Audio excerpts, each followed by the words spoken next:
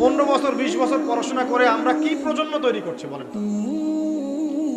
আগামী 2-3 দিন পর তারা রাস্তাঘাটে কনসার্ট করবে, নাচবে, পিকনিক করবে, হই হুল্লা করবে এবং পশ্চিমাদের সাথে তালে তাল মিলিয়ে বলবে যে 31st night happy new year. তারা আগামী 2-3 দিন পরেই করবে। কিন্তু আজকে আরবি মাসের কয় তারিখ বলতে পারবে না।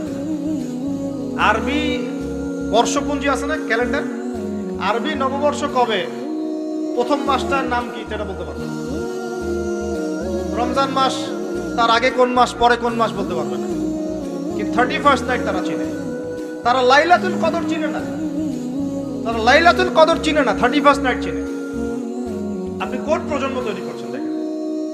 এখানে প্রসঙ্গ যেহেতু এসেই গেল, বলে দিই এই কথাটা, পরে বলে যাব যে খ্রিস্টপূর্ব প্রায় 46 সালের দিকে এক ব্যক্তি ছিল, তার নাম ছিল জুলিয়াস সিজার। কি নাম? Julius Caesar. এগুলো আমি আসলে অনেকদিন আগে পড়েছি, আমার মাথায় এত লাইভলি নাই, আর এগুলোর চর্চা করা আমি বন্ধ করে দিয়েছি। আমাদের ফিলোসফির কিছু বই ছিল, এগুলোতে হিস্ট্রিগুলো ঘাটা ছিল সবগুলো, আর হিস্ট্রির একজন গভীর ছাত্র আমি। তো এই জুলিয়াস সিজার নামক এক ব্যক্তি ছিল, যে আসলে সিজার নামক এক দেবতার উপাসনা করত।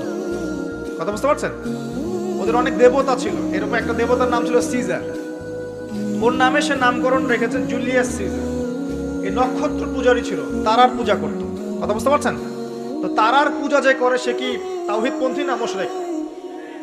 বলেন, সে কি ইমানদার না কাফের, কোনটা? এখন সে একটা ক্যালেন্ডার ফর্ম করেছিল, এর নাম হলো এই গ্রেগরিয়ান ক্যালেন্ডার বলে আর কি। এখানে প্রথম বর্ষ যেটা, এই প্রথম বর্ষতে উৎসব পালন করা শুরু করেছে এই জুলিয়াস সিজার নামক এই ব্যক্তি প্রথম, এবং সে সমাজ এটা চালু করে দিয়েছে। এরপরে আরো পরে প্রায় খ্রিস্টের জন্মের 800 বছরের দিকে পারস্যের এক সম্রাট ছিল, তার নাম ছিল মনে হয় জামশিদ। তো এই ব্যক্তি একজন সম্রাট ছিলেন। তো সে আবার এরকম বর্ষ বরণের জন্য একটা মানে উৎসবের আয়োজন করে, তার নাম দিয়েছিল নওরোজ। কি নাম দিয়েছে? নওরোজ, মানে বর্ষ বরণ উৎসব। এভাবে এই পারস্য উপমহাদেশে পুরো জায়গাটায় এই নববর্ষ পালনের সংস্কৃতি চলে আসে। এগুলো হতে হতে হতে আজকে যে দেখছেন আপনি 31st নাইট, এই যে গ্রেগরিয়ান ক্যালেন্ডার যেটা, মানে পশ্চিমারা সারা বিশ্ব শাসন করেছে না, যখন ব্রিটেন সারা বিশ্বকে শাসন করছিল, আমাদের এখানে ওদের দখল ছিল না। পলাশির যুদ্ধের হিস্ট্রি জানেন না? কত বছর এখানে শাসন করেছে? প্রায় 200 বছর এরা এখানে শাসন করে নাই।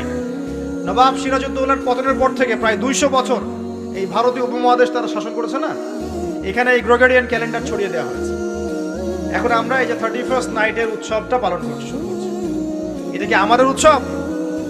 এটা কি মুসলমানদের? কাদের হলো তাহলে? পশ্চিমাদের, রোমকদের, পশ্চিমাদের, যাদের সাথে ইসলামের দূর দূর পর্যন্ত কোনো সম্পর্ক নাই। আর নবী সাল্লাল্লাহু আলাইহি ওয়াসাল্লাম কি বলছেন শুনেন। আল্লাহ নবী বলছেন তোমাদের জন্য আনন্দের উৎসব দুইটা। কয়টা? একটা ঈদুল ফিতর, রমজান মাসের সম সাধনার পরে, কিয়ামুল লাইলের পরে, তারাবির পরে, তাহাজ্জুদের পরে, কোরআন খতম দেওয়ার পরে, যাকাত ফিতর দেওয়ার পরে, ত্যাগের এই মাসের পর আমরা একটা আনন্দ করি, ঈদুল ফিতর। করি কি না? সবাই আনন্দ ভাগাভাগি করে নেই, আলহামদুলিল্লাহ। ওই দিন আল্লাহ পাক কি করেন? আল্লাহ পাক রমজানের রোজাদার যারা ছিলেন সবাইকে মাফ করে দেন, আলহামদুলিল্লাহ। মুক্তি পাই আমরা, নাজাত পেয়ে যাই। উৎসব এটা আমাদের, আনন্দ, খুশি আমাদের। আরেকটা হচ্ছে ঈদুল আজহা, যখন ওই যে ইসমাইল আলাইহিস সালামকে যে কুরবানি করার মহান স্মৃতি, সেই স্মৃতিকে স্মরণ করে আমরা ইব্রাহিমী চেতনায় আবার কি করি? ঈদুল আজহার এই পশু কুরবানির মধ্য দিয়ে নিজের পশুত্বকে কুরবানি দেই, আল্লাহর সামনে আমরা আত্মসমর্পণ করি। করি কি না? এই দুইটা হচ্ছে আমাদের উৎসব। এগুলো বাদ দিয়ে নবীজি বলছেন মান তাশাব্বাহা বিকওমিন ফাহুয়া মিনহুম। কেউ যদি তোমাদের মধ্যে অন্য কোনো জাতির সাদৃশ্য অবলম্বন করে, যে যে জাতির সাদৃশ্য অবলম্বন করবে সে তাদের অন্তর্ভুক্ত হয়ে যাবে। নাউযুবিল্লাহ। আমরা কি চাই উম্মতে মুহাম্মাদের অন্তর্ভুক্ত হতে, না ওই পশ্চিমাদের অন্তর্ভুক্ত হতে? পশ্চিমা কারা? যাদের মধ্যে ছেলে ছেলে বিয়ে করা জায়েজ। খুশি হয়েছেন? পশ্চিমা কারা? যাদের মধ্যে ছেলে ছেলে বিয়ে জায়েজ, মেয়ে মেয়ে বিয়ে জায়েজ, পর্নোগ্রাফি সবাই করতে পারে, দেখতেও পারে, মদ পান করা জায়েজ, পরকালের কোনো কনসেপ্ট নাই ওদের, লা ইলাহা ইল্লাল্লাহ কোনো কালিমা নাই, মুহাম্মদুর রাসূলুল্লাহ তারা বিশ্বাস করে না। এমনকি তারা বলছে, কয়দিন আগে বললো মেরি ক্রিসমাস, বলেছে না?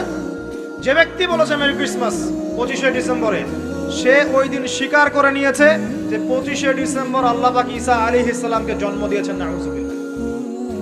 কথা মনে বুঝতে পারছেন না? যখনই আপনি এটা পালন করেছেন তার মানে ওই দিন আপনি স্বীকার করেছেন যে ওই দিন আল্লাহ পাক ঈসা ইবনে মারইয়াম আল্লাহর পুত্র নাউযুবিল্লাহ তাকে তিনি জন্ম দিয়েছেন। এটা স্বীকার করেছেন আপনি, করছেন না? ওই সভ্যতা এর অন্তর্ভুক্ত আপনি হতে চান? ওদের সাথে হাসর করতে চান নাকি নবী সাল্লাল্লাহু আলাইহি ওয়াসাল্লামের সাথে করতে চান? বলেন। এটা আপনাকে বেছে নিতেই হবে। আপনি মুসলমান হয়ে এটা করতে পারবেন না। ইসলাম এই নামকাওয়াস্তে পালন করতে পারবেন না। পালন করলে পরিপূর্ণ পালন করতে হবে। উদখুলু ফিস সিলমি কাফা। তোমরা পরিপূর্ণ রূপে দিনে প্রবেশ করো। তোমরা পরিপূর্ণ রূপে দিনে প্রবেশ করো। নামাজও পড়বো, সুদও খাবো, এদিকে যাকাত দিব, আবার এদিকে আমি ঘুষও নিব, এদিকে আমি হজ উমরাও করব, আবার এইসব পশ্চিমা সংস্কৃতি ধারণ করব, মাদক খাবো, সুদ খাবো, জেনা করব, ফ্রি মিক্সিং করব। এইসব মানে হযবরল ইসলাম পালন করে এই যুগে চলবে না। পরিপূর্ণ ইসলাম পালন করতে হবে। আল্লাহ পাক তৌফিক দান করুন। পরিপূর্ণ ইসলাম পালন করতে গেলে কি আমরা এই উৎসব পালন করতে পারবো? এক নাম্বার দেখালাম যেটা ওই জুলিয়াস সিজারের চালু করা এটা পদ্ধতি, নওরোজ যেটা ওই জামশিদের চালু করা পদ্ধতি। আর আমরা মুসলমান হয়ে কিভাবে আমরা অগ্নি পূজারীদের, পশ্চিমাদের এবং ইহুদি নাসারাদের সংস্কৃতি কেমন করে ফলো করতে পারি? আমরা কি সম্ভব? আর নবী যখন বলে দিচ্ছেন মান তাশাব্বাহা বিকওমিন ফাহুয়া মিনহুম, যে যে জাতির সাদৃশ্য অবলম্বন করবে সে তাদের অন্তর্ভুক্ত হয়ে যাবে, তাদের সাথে হাসর হবে। আমি কি তাদের সাথে হাসর চাই নাকি নবীর সাথে হাসর চাই? এবার আল্লাহ পাক কি বলছেন সেটাও শুনে নেন, তারপরে সামনে যাই। খুব গৌর করে শোনেন। আল্লাহ পাক সূরা মাঈদার 51 নম্বর আয়াতে বলছেন। কত নম্বর আয়াত বলেন? কোন সূরা? সূরা মাঈদার কত নম্বর আয়াত? আয়াতটা ভালো করে হজম করেন। আল্লাহ পাক বলছেন ইয়া আইয়ুহাল্লাযীনা আমানু, হে মুমিনগণ। মুমিন কারা? আমরা মুমিন না? আমরা আল্লাহ বিশ্বাস করি না? ফেরেশতায় বিশ্বাস করি না? আসমানে কিতাবে বিশ্বাস করি না? নবী রাসূলে বিশ্বাস করি কিনা?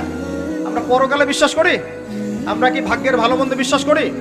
আলহামদুলিল্লাহ আমরা মুমিন ইনশাআল্লাহ। বলেন আলহামদুলিল্লাহ।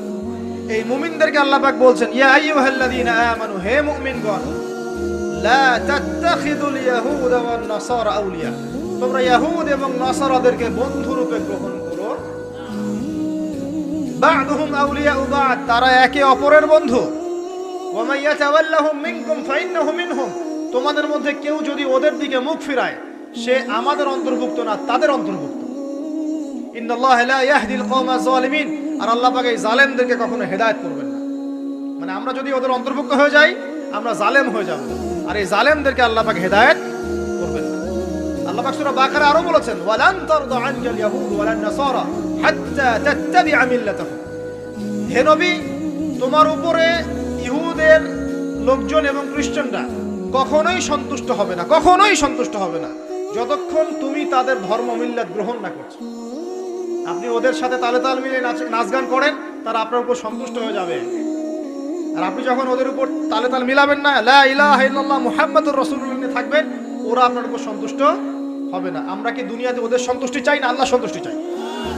যদি আল্লাহর সন্তুষ্টি চাই, নবীর সাথে হাসর করতে চাই, কোন মুসলমান যুবক যুবতী আগামী এই নোংরা অপসংস্কৃতিতে গায়ে গা ভাসাবে না। এই দিনে কোনো কনসার্ট চলবে না, এই দিনে কোনো বেহায়াপনা হবে না, এই দিনকে কেন্দ্র করে কোনো রকমের এই পিকনিক বা ঢাকঢোল পিটানো আর এই যে তোমাদের সাউন্ড বক্সে গান বাজানো কোনো কিছু চলবে না ইনশাআল্লাহ। পারা যাবে? মনে রাখবে এই কাজটা ছোট নয়, করার মধ্য দিয়ে আপনি কুফর করছেন। কুফর, আপনি আল্লাহর নবীর হাদিসকে অস্বীকার করছেন, আল্লাহর কোরআনের আয়াতকে অস্বীকার করছেন, আপনি আল্লাহর দুশমনদের সাথে খুশি পালন করছেন। সুবহানাল্লাহ। আল্লাহর যে দুশমনরা সারা বিশ্বে মুসলিমদের উপর নির্যাতনের স্টিম রোলার চালাচ্ছে, ওদের সাথে তালে তাল মিলিয়ে আপনি বলছেন হ্যাপি নিউ ইয়ার, মাশাআল্লাহ, আস্তাগফিরুল্লাহ, তওবা আস্তাগফিরুল্লাহ, আল্লাহ পাক মাফ করুন। এবার দেখেন এটা কি আমাদের দেশেরও সংস্কৃতি? এই জিনিসটা কি আমাদের দেশের সংস্কৃতি? বাঙালি ভাষা, বাঙালি জাতি, বাংলা ভাষা আমাদের প্রাণের যে ভাষা এবং দেশ এবং মাতৃভূমি, এদের সাথেও কি এটা সম্পৃক্ত? এদের সাথেও কি এটা যোগসূত্র আছে? এটা ধার করা সংস্কৃতি, কথা ঠিক কিনা? ধার করা সংস্কৃতির চর্চা আমরা বাংলার মাটিতে কেন করব? আমাদের বাংলা সংস্কৃতি নাই?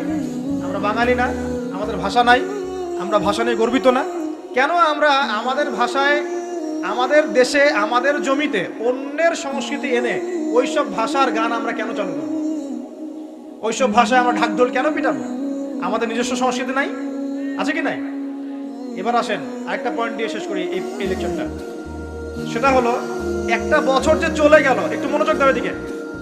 একটা বছর যে চলে গেল, এক বছর চলে যাওয়াতে কি আমার খুশি হওয়া উচিত না কষ্ট পাওয়া উচিত? মনে করেন আপনার 60 বছর হায়াত আছে, বা আমার 60 বছর হায়াত আছে, কথার কথা বলছি। এখন এক একটা বছর যে চলে যাচ্ছে, আমি কি মৃত্যুর দিকে একটু একটু করে আগাচ্ছি না? আপনি আগাচ্ছেন না কি ভাই? কথা বলেন, আগাচ্ছে কি না? তাহলে আমরা একটা বছর চলে যাচ্ছে মানে কি, আমরা একটা একটা করে ধাপ আগাচ্ছি কবরের দিকে। এখন আমার জীবন থেকে 2022 সালটা চলে গেল, তার মানে এক বছরে আমি কতটুকু নামাজ পড়লাম, কতটুকু রোজা রাখলাম, কতটুকু তাসবিহ তাহলিল করলাম, কতটুকু দাওয়াতি কাজ করলাম, দিনের জন্য কতটুকু কি করলাম, এইটা ফিকির করা উচিত না আমার?